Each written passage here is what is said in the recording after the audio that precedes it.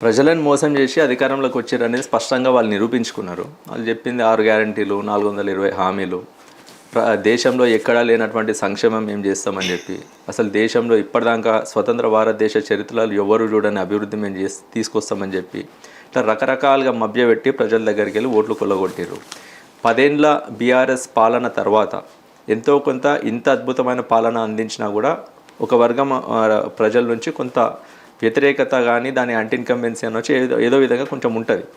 దానికి వీళ్ళు రకరకాల హామీలు గ్యారంటీలు ఇచ్చి ఇవన్నీ కూడా జతగలిసి కేవలం 10 ఏళ్ల పాలన తర్వాత కూడా 2 టర్మ్స్ తర్వాత కూడా కేవలం 1.85% ఓట్ షేర్తోని ఎక్కువ ఓట్ షేర్తోని ఈరోజు కాంగ్రెస్ పార్టీ అధికారంలోకి వచ్చింది. వచ్చిన నాటి నుండి ఇప్పుడే మేము అధికారంలోకి వచ్చినాము, మాకు కనీసం ఒక నెల రోజులు టైం కావాలి హామీలు అమలు చేయడానికి అని చెప్పి అన్నారు. తర్వాత 100 రోజులు కావాలన్నారు, తర్వాత సంవత్సర కాలం కావాలన్నారు. 2 సంవత్సరాలు గడిచిపోయింది. ఇప్పటిదాకా వాళ్ళు చెప్పినటువంటి హామీలు కావచ్చు, గ్యారంటీలు కావచ్చు, ఏవి కూడా నిలబెట్టుకోలేము అని చేతులెత్తేసినటువంటి పరిస్థితులు స్పష్టంగా చూసినాం.